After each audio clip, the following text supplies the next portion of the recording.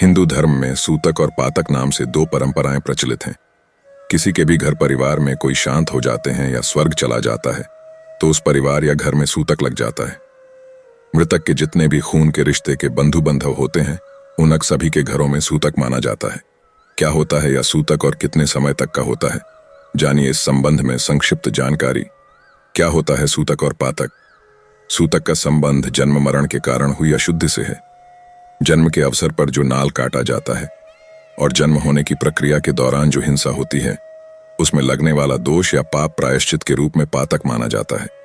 इस तरह मरण से फैली अशुद्धि से सूतक और दाह संस्कार से हुई हिंसा के दोष या पाप से प्रायश्चित स्वरूप पातक माना जाता है।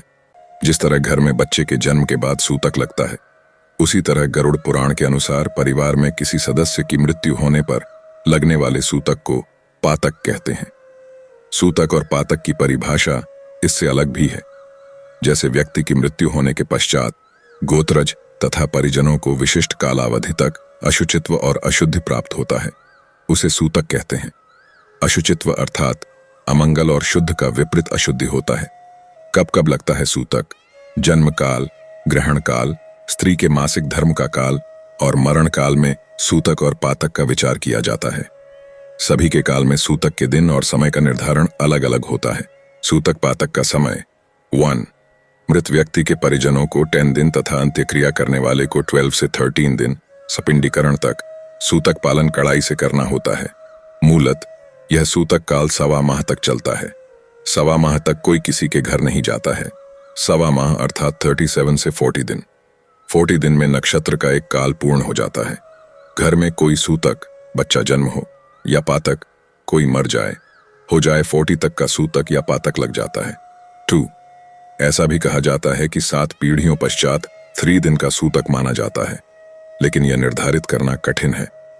मृतक के अन्य परिजन, मामा, भतीजा, बुआ इत्यादि परिजन कितने दिनों तक सूतक का पालन करें, यह संबंधों पर निर्भर है तथा उसकी जानकारी पंचांग व धर्मशास्त्रों में दी जाती है। लेकिन जिसका संबंध रक्त से है उसे ऊपर बताए नियमों अनुसार ही चलना होता है। 3. जन्म के बाद नवजात पीढ़ियों को हुई अशुचिता 3 पीढ़ी तक 10 दिन, 4 पीढ़ी तक 10 दिन, 5 पीढ़ी तक 6 दिन गिनी जाती है। एक रसोई में भोजन करने वालों की पीढ़ी नहीं गिनी जाती है, वहां पूरा 10 दिन तक का सूतक होता है।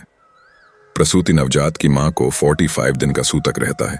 प्रसूति स्थान 1 माह अशुद्ध माना जाता है। इसीलिए कई लोग अस्पताल से घर आते हैं तो स्नान करते हैं।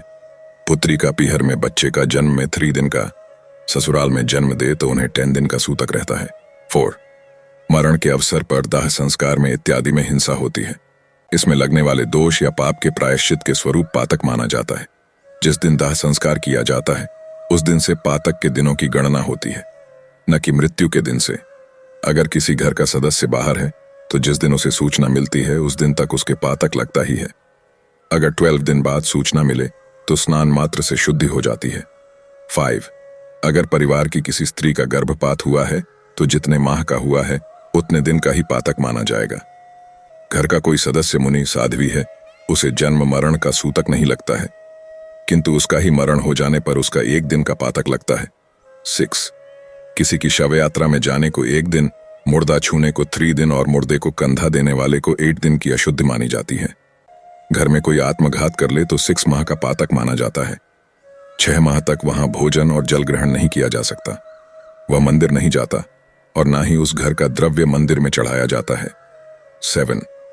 इसी तरह घर के पालतू गाय, भैंस, घोड़ी, बकरी इत्यादि को घर में बच्चा होने पर 1 दिन का सूतक, परंतु घर से दूर बाहर जन्म होने पर कोई सूतक नहीं रहता।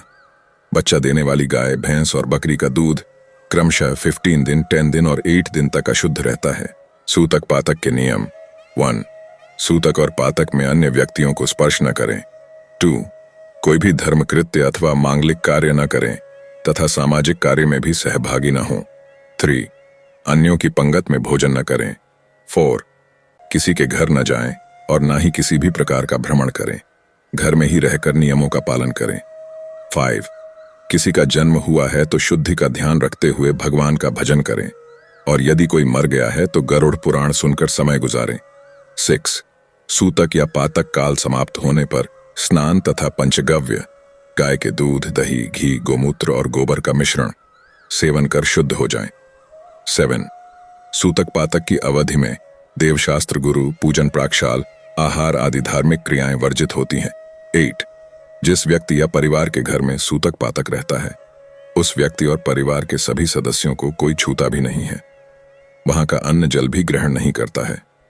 वह परिवार भी मंदिर सहित किसी के घर नहीं जाता है और सूतक पातक के नियमों का पालन करते हुए उतने दिनों तक अपने घर में ही रहता है। परिवार के सदस्यों को सार्वजनिक स्थलों से दूर रहने को बोला जाता है।